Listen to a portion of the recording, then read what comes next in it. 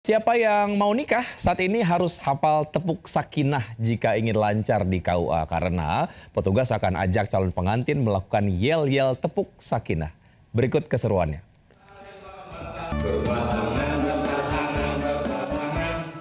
Siap-siap imbauan bagi catin atau calon pengantin di seluruh tanah air agar menghafalkan yel-yel tepuk sakinah sebelum melangkah menuju KUA untuk mendaftarkan pernikahan. Sakinah. Berpasangan, berpasangan, berpasangan. Janji kokoh, janji kokoh, janji kokoh. Saling cinta, saling hormat, saling jaga, saling ridho. Musyawarah untuk sakinah. Tepuk sakinah adalah yel-yel yang dilakukan calon pengantin saat mendaftar pranikah di KUA. Staf kantor urusan agama akan memimpin pasangan catin untuk bertepuk tangan sambil menyanyikan lagu tepuk sakinah. Kegiatan ini bertujuan memberi pemahaman menuju pernikahan bahagia setelah ijab kabul. Sejak yel-yel ini viral di media sosial, berbagai tanggapan muncul bahkan langsung dipraktekkan oleh sejumlah pasangan. Ya tunggu ya, yang tepuk sakinah. Berpasangan, berpasangan, berpasangan. Saling kokoh, saling kokoh, saling kokoh. Saling cinta, saling hormat, saling jaga, saling ridho.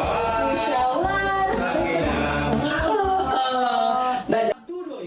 Bagi sebagian orang, tepuk sakinah juga sebagai pengingat di saat amarah memuncak pada pasangan hidup mereka.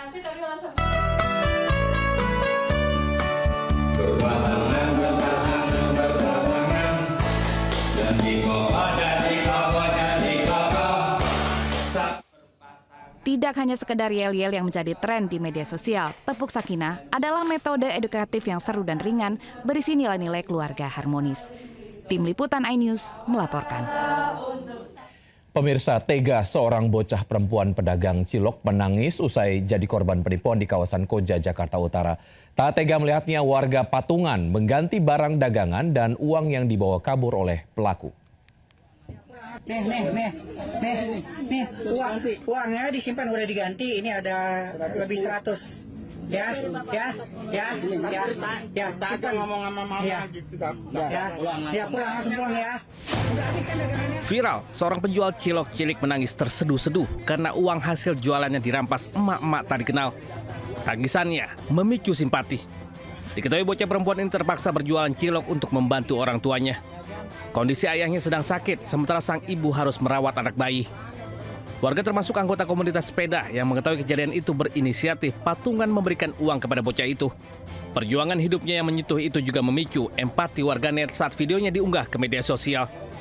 Tim Liputan iNews melaporkan. 5 bank BUMN diguyur 200 triliun rupiah oleh pemerintah. Warga kini didorong untuk berhutang dengan iming-iming bunga bank rendah. Akankah warga tergiur ambil pinjaman?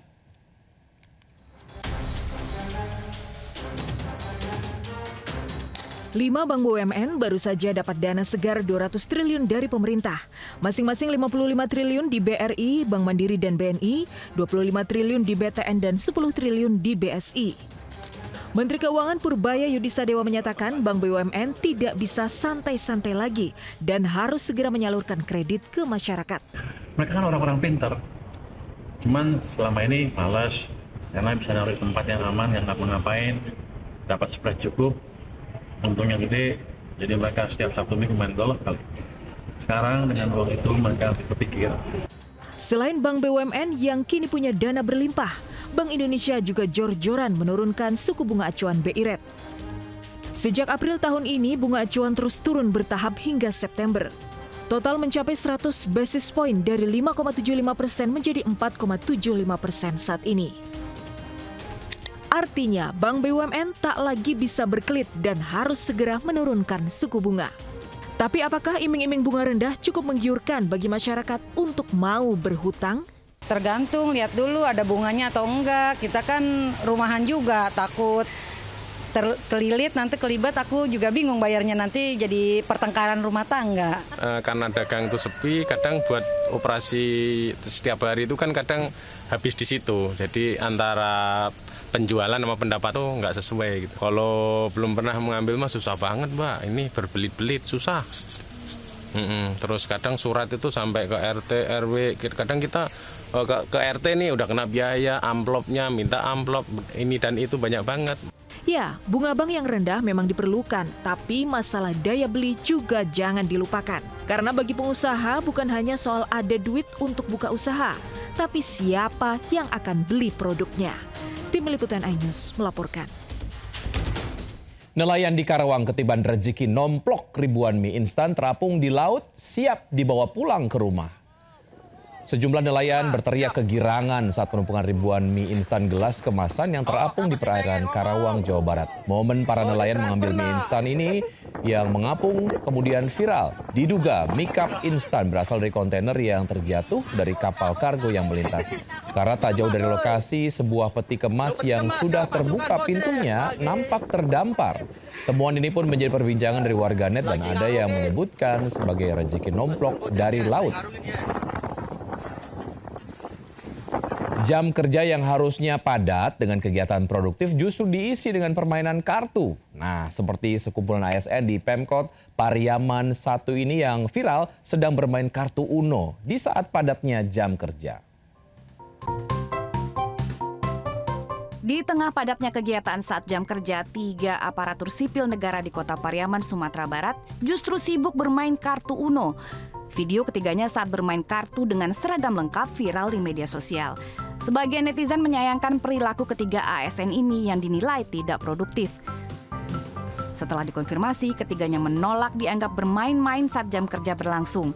Menurut salah seorang pegawai, mereka justru sedang berlatih metode pendekatan pada anak-anak lewat media kartu Uno. Kegiatan itu juga merupakan bagian dari tugas mereka sebagai ASN staf Dinas Pemberdayaan Perempuan, Anak, dan Keluarga Berencana. Namun demikian, bermain di saat jam kerja tetap menyalahi aturan, sehingga ketiga ASN ini harus menerima surat teguran dari atasan mereka sebagai ganjarannya. Dari Pariaman, Sumatera Barat, Eka Guspriyadi, iNews melaporkan. Menteri Keuangan Purbaya Yudi Sadewa mengultimatum para pengemplang pajak untuk melunasi tunggakan pajak mereka senilai 60 triliun rupiah. Dalam 1 minggu uang harus masuk kas negara. Purbaya memastikan tunggakan pajak 60 triliun tersebut akan masuk pada tahun 2025 ini, bukan 2026. Selain itu, Purbaya juga menekankan pemerintah tidak akan lagi mengganggu wajib pajak yang sudah taat.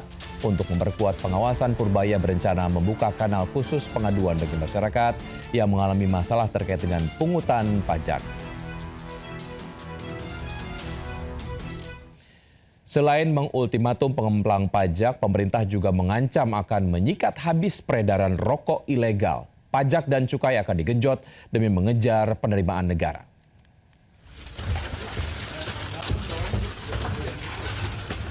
Sebanyak 1,5 juta batang rokok ilegal senilai 2,2 miliar rupiah dimusnahkan di kantor Bea Cukai Purwokerto, Jawa Tengah. Jutaan rokok tanpa pita cukai itu disita dalam razia di 3 kabupaten selama 1 tahun. Negara pun rugi 1,5 miliar. Peredaran rokok tanpa cukai alias ilegal terus dibidik pemerintah. Menteri Keuangan Purbaya Yudi Sadewa mengaku sudah mengantongi siapa saja produsen hingga penjual rokok ilegal dan siap menyikat habis pelaku. Dalam APBN tahun 2006, penerimaan bea dan cukai ditargetkan mencapai 336 triliun, naik dari tahun ini 334 triliun. Sementara potensi kerugian negara dari rokok ilegal mencapai 21 triliun rupiah. Tim Liputan iNews melaporkan.